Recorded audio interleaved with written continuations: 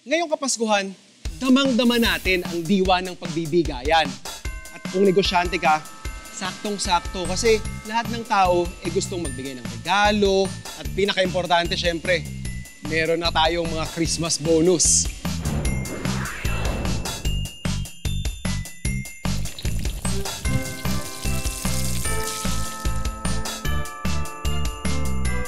Tamis ng fruits, then maglalagay pa ng lemon zest and orange zest, yep.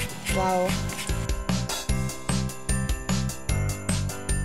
At sa Bandang Bacolod, hihingi rin tayo ng business ideas at tips kay Apong Laring na isa sa pinakamatagal na gumagawa ng tamales at iba pang kakanin. Aba, parang ayos to ha. Ito yung mga simpleng factors why yung tamales natin dito makes it a perfect meal. Tane! At mag-food trip na rin tayo sa Pineapple Coast. Let's try the yaki, guys. Cheers! Tara na't magkape at mag-selfie sa pinakamalaking cafe sa buong Pilipinas, ang Lala Garden Cafe. Napakaganda at napakalaki. Oh, thank you, sir. Ang Lala Garden Cafe.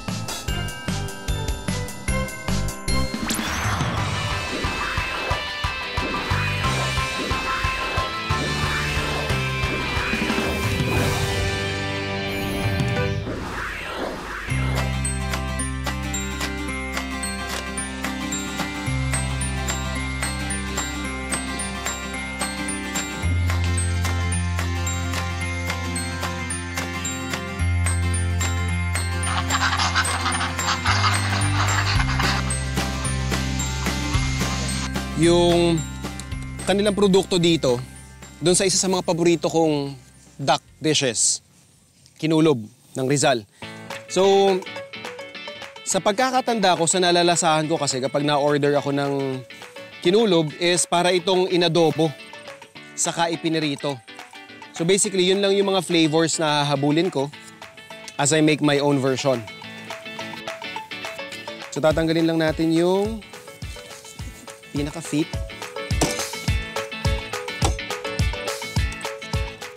So stuff lang natin to ng ating native na sibuyas tsaka bawang. Then secure lang natin ang ating twine.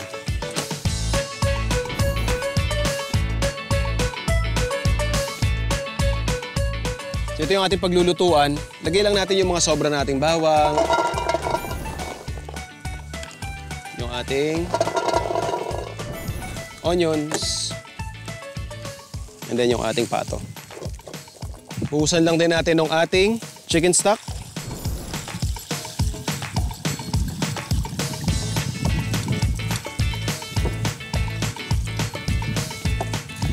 Siyempre yung ating laurel. Season natin ng dark soy sauce. Ating paminta. So tapos na yung kalahati ng ating cooking process. Ipo-poach lang natin ito hanggang lumambot yung karne. I-relax hanggang mag-dry yung skin. And then, i-deep fry natin sa mainit na mantika.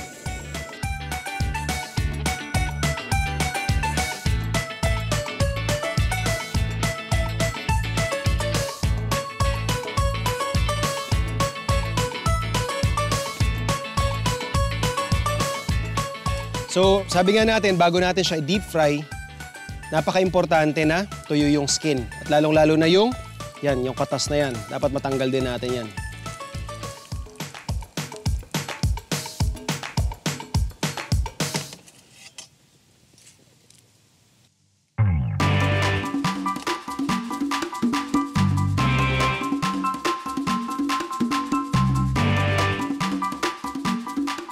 So at this point, well-rested na tsaka dry na yung balat ng ating pato. Ready na siya for frying.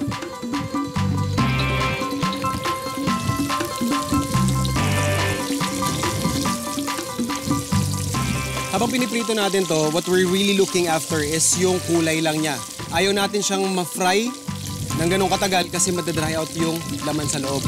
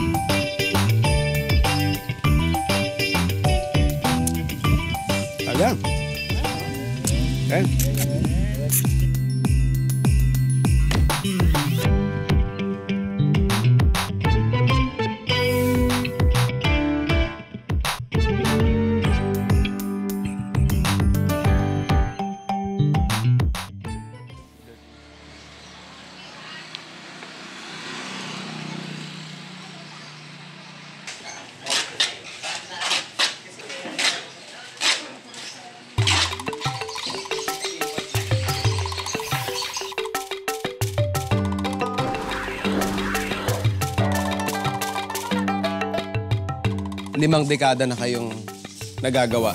So, natigil lang nung na Pandemic. pumutok yung po yung pinag- Of course. Kasi umalis Opo. kami dito. Buti binalikan niyo po itong trabaho. Oo, nang pwede na. Pero dati ma'am, mano-mano yan. Siyempre, nung nag-umpisa kayo. Pati itong paggata ngayon, na ano na. Food Explorers, etong tool nila na to is sila lang yung gumawa. Alam nyo ba? Na kailangang tungtungan para makakuha ka nung kakanggata tsaka yung pangalawang piga. Subukan natin. Okay. So, ganyan lang siya. Aba...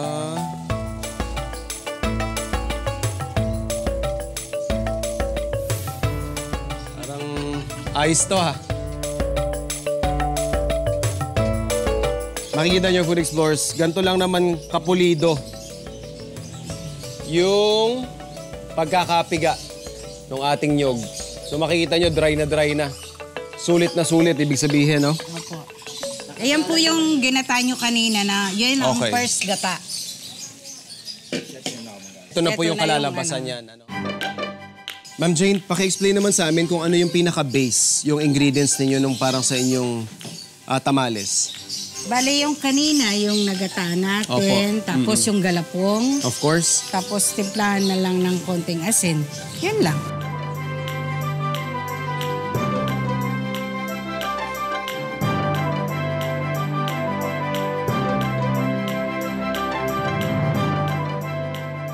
So ito po yung ating galapong na may gata at asin. Yung kanina po. Ayan, ipa-flat natin tapos yung inyong atswete. Kaya ang ganda ng kulay po, ano? Siya po, try mo. Sige nga, ma'am.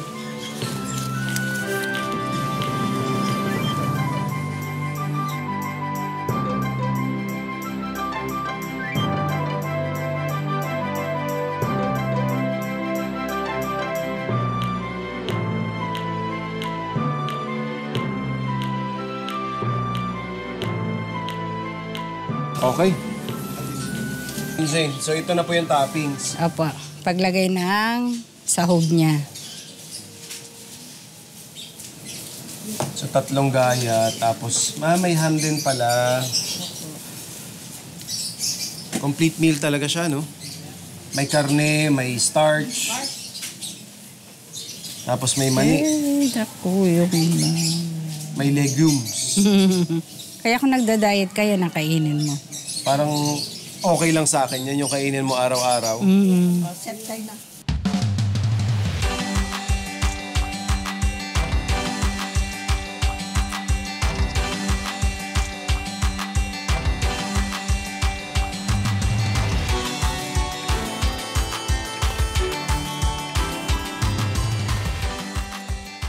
So after an hour, ito na yung itsura niyan. May pangalan ko yan.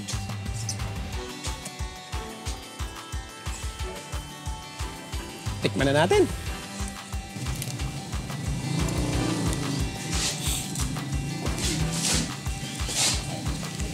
Ayan na. The reveal. Yun, no? So dito ako sa spot na to.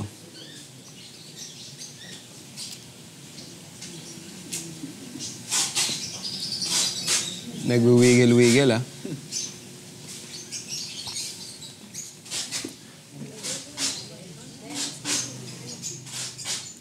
What I always like about the tamales in general is yung consistency niya, yung texture niya sa bibig. Pero what I like about our tamales here is mas smooth siya. So, kumbaga, mas swabe. Tapos yung hagod ng alat. And then yung pieces ng chicken. Ito yung mga simpleng factors why yung tamales natin dito makes it a perfect meal.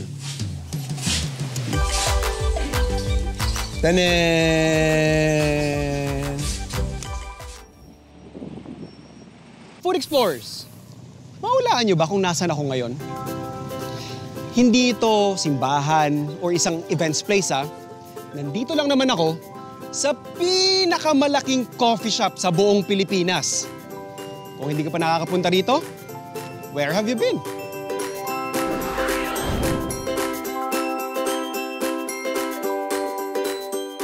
John, napakaganda at napakalaki Oh, thank you, sir. yung Lala Garden Cafe. Basically, ano yung capacity ng lugar? Actually, kaya niya hanggang 500 capacity. Full seating yan? Yes, full lahat. sittings yun, yeah. Nice. Even our Japanese seats, kaya. Kaya. Yes. So, ganun kalaki yung space ninyo, no? Yes, sir. Na kayang kahit siguro may event ka dito ng kasalan. Yes, sir. Meron po tayo sa ating main dining, which Okay. can, kaya niya hanggang 100 packs. Was it really the vision from the start?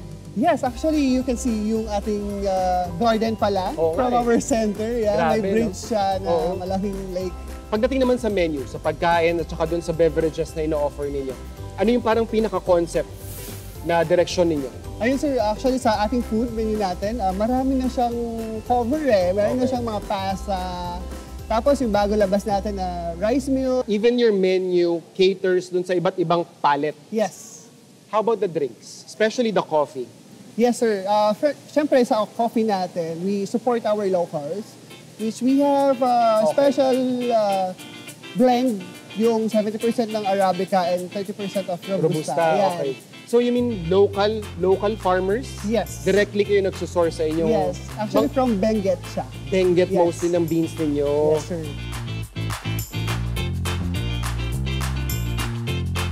Wow, John. Grabe. Nakaka-speechless yung dami ng Heaven. spread nyo. Heaven talaga, Yes. nakakatakot.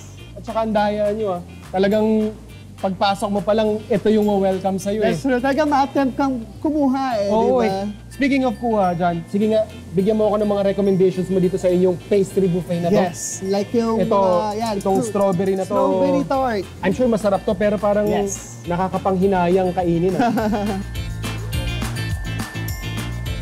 Bawal ang inig. Actually, yung favorite ko ngayon na bagong labas, itong onion leeks. Ay, syempre. Yan, Ito onion yung leeks na parang may Korean cheese. Yes. bread Bun. natin, ano? Yes. Oo, Actually, Korean nakikita bun. daw yan sa telenovela. Ayan, Yes. sikat na sikat to dun sa mga mahilig manood ng mga Correct. ganung... I Yan. think ito yung Bacon and yata cheese ito, oo. baguette. Re-recommend mo yung ating sandwich croissant. Yes. Ano ba yan? Mukhang ito Kasya lang pa yung ba, chef? Hindi, kaya to. Ayun. Grabe. 5 lang to, ha? 5 Diba? pa lang to sa selection ninyo, pero tingnan mo naman, Diyos ko po. Talaga lalaki ng mga portion, di ba? Yes, teka lang ha. Nakikita natin, ang laki ng portion. Yung presyuhan naman, paano yung pricing natin dito? Meron tayong 90 pesos to 200. Yan, doon siya nag-range. Solid na solid. Ito, titikman natin yung mga favorites ni John. Strawberry tart, sobrang balanced ng flavor. Hindi matamis. For me, swak na swak. Winner to winner. Korean ba nila? Siguro mas na-appreciate ko siya kasi galing ako sa isang matamis na dish. Gusto ko patok na patok or labas na labas yung lasa ng leeks.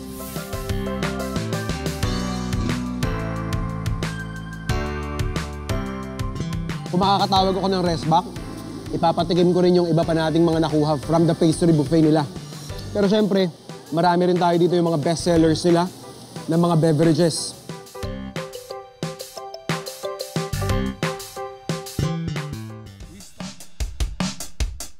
Christmas lights here and there and everywhere. Yes, literal na everywhere, guys. Sobrang haba nitong street na to. And puro lang talaga siya mga parol. Iba't ibang klaseng parol. Wow, kuya! Opo, ma'am. Ano naman yan? Ang San Fernando, Pampanga, by law, naaprubahan na siya talaga na siya na ang Christmas capital of the Philippines. Pero of course, dati matagal na siyang tinatawag na gano'n. Pero now, it's really official. Tapos kuya, mga magkano ba yung mga range ng parol nyo?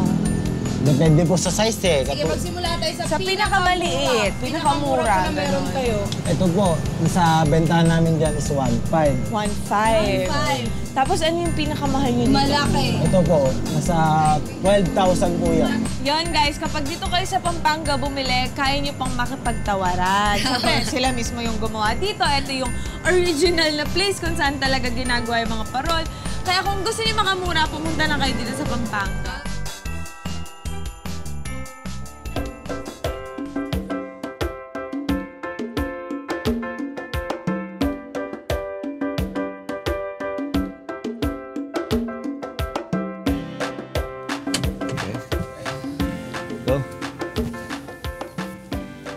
So, Chef, this is my farm. Oo nga sir, ang lawak eh. Oh, consisting of sitaw. Sitaw, green and negra variety. Makikita mo, ito, another day is good for harvesting. Ito actually, maganda na nga ito sir. Malutong yan. Malutong. Yeah, crispy. Crispy. Maganda. Taiwan sili. Ito yung equivalent ng ating siling labuyo. Ang siling labuyo natin maliliit. Maliliit. Ito mahaba pero yung tanginess ay the same. But we have already started the propagation of Peking duck. Peking duck. Bakit po Peking duck yung napili ninyo sir?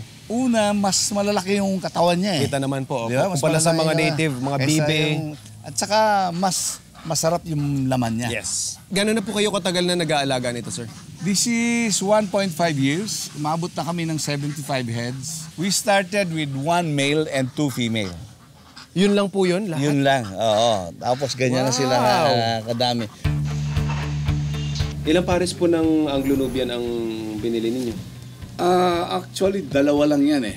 Imported po o local lang? Imported yon. Talaga. Okay. Could be 6 digits din. Pero matanda na yung yung dalawa, namatay na.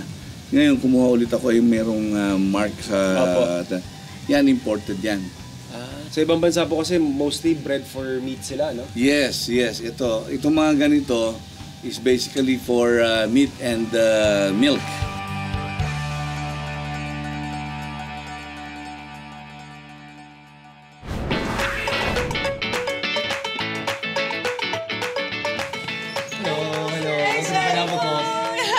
Ang ganda naman! Wow! Ang cute naman! So cozy ng place! How long did this, your Pineapple Coast open? We opened during the pandemic, 2021, I think. Pandemic? Yes. Bakit po Pineapple Coast? Pineapple kasi, and I think, or I know, it means like hospitality. Well, we felt like it. Magpasok na pagpasok ko. Pero why Mexican? My craving, or our craving as a company, was Mexican food. So. Okay. Yeah, so it's a personal favorite. Yes, oo. Okay, get. For sure, dahil kinikrave mo siya, masarap siya, Dapat right? masarap siya. Okay. So, dapat trust you. Yes, dapat that's tayo, a bad once thing. na ma-taste na natin siya, lagi na tayo mag-crave. Ganon Yes, yan. dapat. Kasi tayo hanap-hanapin mo Yes. na. Ako mapapa-araw-araw pa ako dito sa Pampanga. Yes. Let's start with ceviche. Ceviche. Yes. 2 kinds of ceviche. The difference is this one daw, lahat daw may yellow-tailed salmon and octopus, while may shrimp tong isa. Ang isa Ito, naman, cucumber. same lang pero cucumber. Okay. Unahin muna natin yung walang shrimp. Yun! Ito. Nararamdaman ko ng parang kilawin. Ceviche nga to. Ceviche nga. Oh! Lambot ng octopus. Oh my gosh! Oh my God, guys. No joke. The asim is there. Ito yung pinakamalambot na octopus na natikman ko sa buhay ko. Try naman natin, Shuvi, Yung isang flavor. Yeah, isang flavor.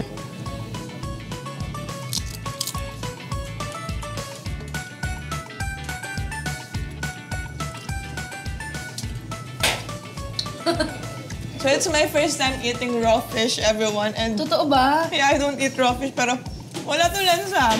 Maarte ako sa lansa, guys. And dito, there's no hint at all. Kahit na raw yung tuna. So guys, we have 4 types of tacos. We have gobernador and cangrejo. Aside sa Gobernador Cangre, we have Birria Campechano and the Yaki. Very Yaki. impressive yung Yaki. Bakit Yaki? Yaki din ba yung taste niya? No, I don't think so. Kasi tignan mo pa lang siya, sobrang sarap na. Cheers!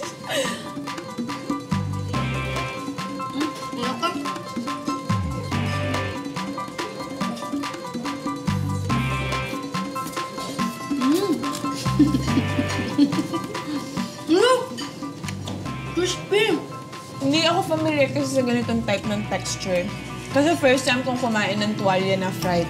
Kasi mostly, sa goto ko siya natitikman. Let's try the yaki, guys. Ayun, second one. Cheers!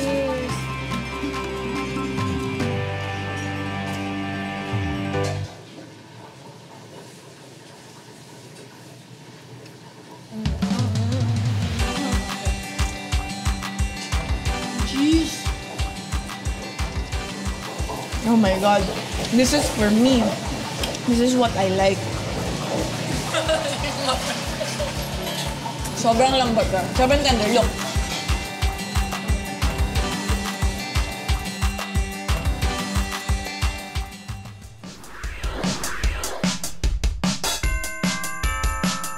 Nung panahon namin, kagaya ng tatay mo, usong-uso ang fruitcake. So basically, we're just gonna prepare yung ating, well, part ng ating wet ingredient, which is yung ating butter. Yan. We're basically going to infuse our butter with some fruity goodness. Yan yung ating dried cranberries. Cranberries. Yes. Pero maganda dito kasi, you can replace yung ating fruits with local. Dried mango. Yes, ma'am. Dried bananas. Pwede. Actually, yung mga na-dehydrate na mga fruits. Yan. So there, we'll just mix it up. Sige nga, Ineng. Can you crack the rest of the eggs? Ako po yung sous chef for Yes.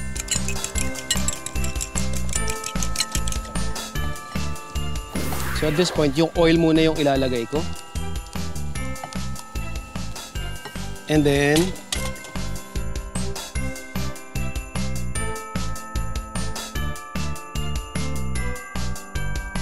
so we're just gonna add in our baking powder. Some spices. Meron tayo dito, ito, allspice. And then we can add in yung ating fruit mixture.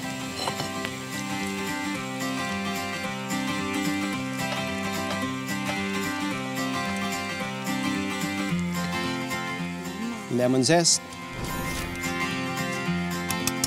Guys, yung tamis ng fruits, then maglalagay pa ng lemon zest and orange zest. Yep.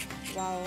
So we have here our mold, yung ating round pan. Nilagay na tayo dyan ng wax paper. And then, ready na yan. Lalagay na. Yes, we're just gonna pour it in.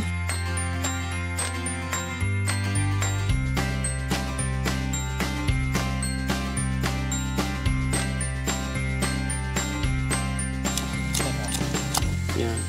Parang pinaka-garnish lang yan. We'll just top it off with some nuts.